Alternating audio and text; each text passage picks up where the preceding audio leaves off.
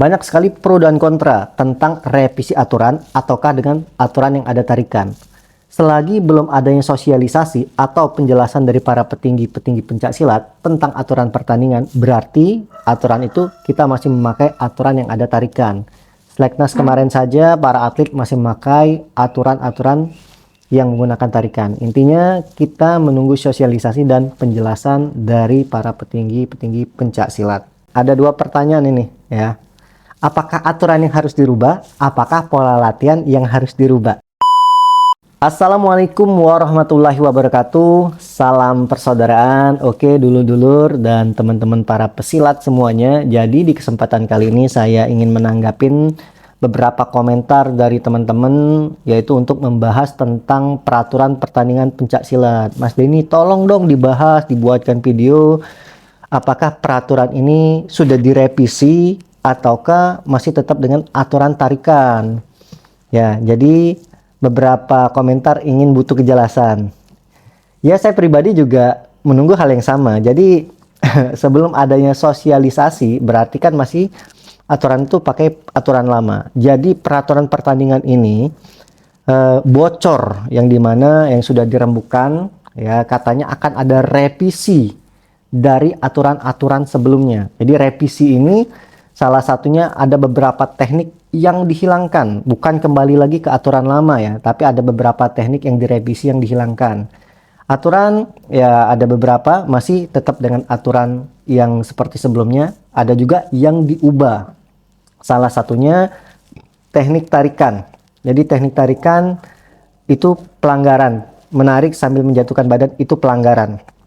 Itu bocorannya. Tapi kan kita belum bisa memastikan kalau bocoran ini memang akan diterapkan di aturan karena belum disosialisasi ya, dan belum final disampaikan oleh PB.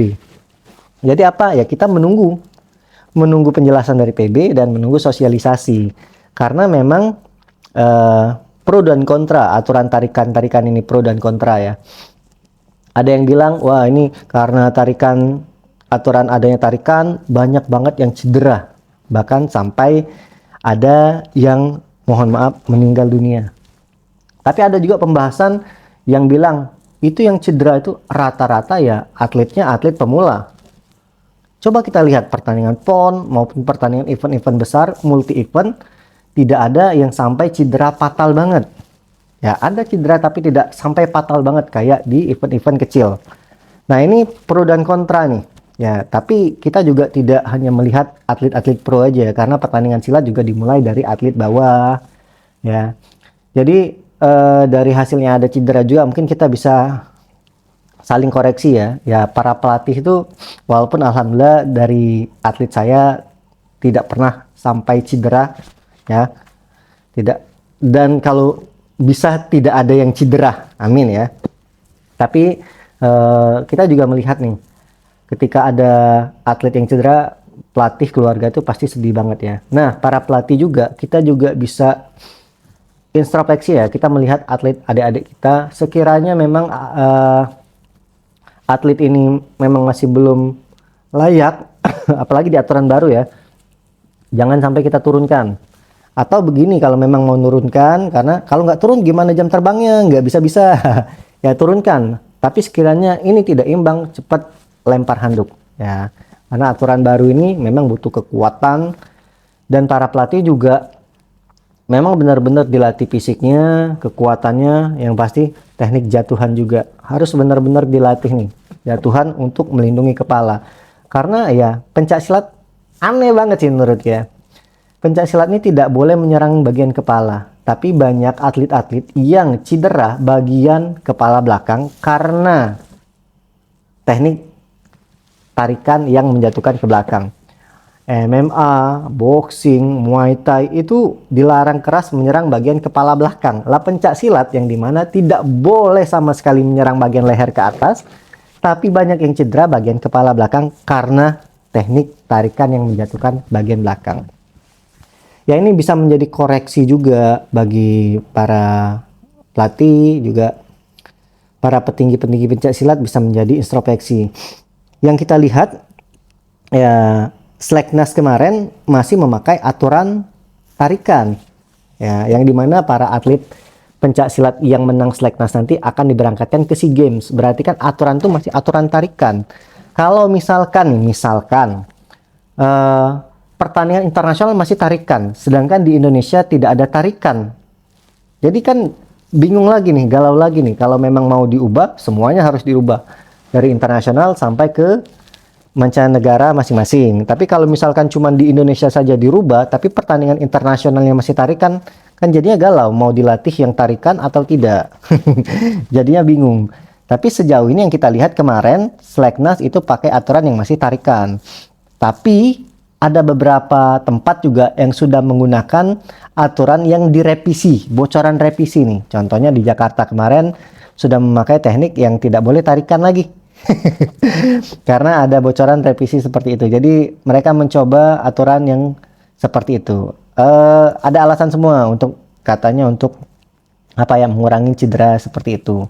Karena memang cedera ini kan banyak dari event-event open ya, bukan event-event besar, multi event ya. Jadi ini apa ya, jadi pertimbangan semua, baik kita pelatih, para panitia juga yang menyelenggarakan, lebih safety lagi keamanannya ya, karena memang cedera itu banyak dari pertandingan open ya.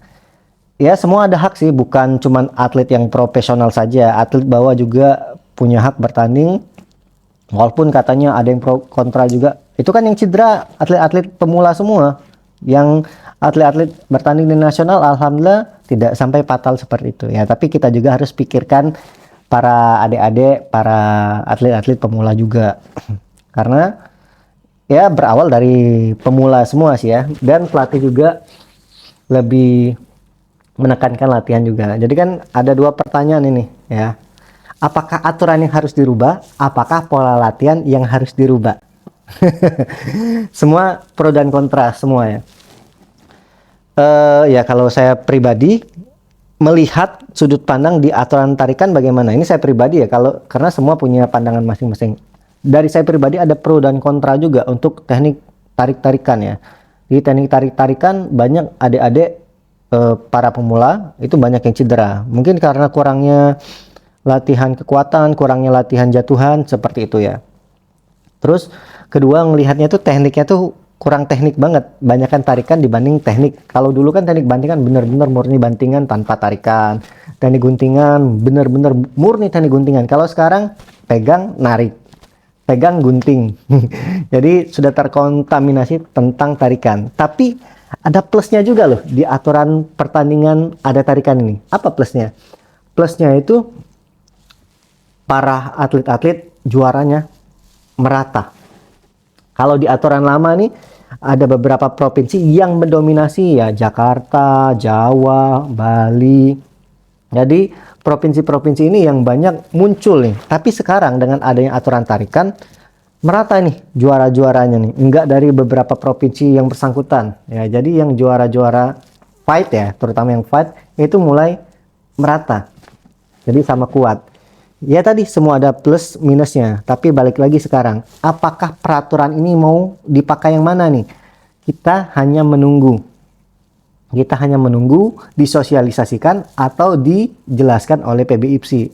Aturan ini masih tetap aturan tarikan atau aturan lama, karena ini menyangkut adik-adik yang kita latih mau dilatih dengan teknik tarikan atau tidak ya. Jadi intinya kita menunggu penjelasan dari para petinggi pencak silat atau menunggu sosialisasinya. Sabar, selagi belum ada keputusan ya kita latih tetap menggunakan teknik tarikan, dan yang pasti latihan jatuhan juga harus ditekankan ya. Oke, bagaimana pendapat kalian? Setuju dengan aturan lama ataukah setuju dengan aturan yang tanpa tarikan? Silahkan komentar di bawah. Salam saudaraan, dan kita doakan juga untuk para timnas, semoga sukses di kejuaraan SEA Games nanti. Salam persaudaraan.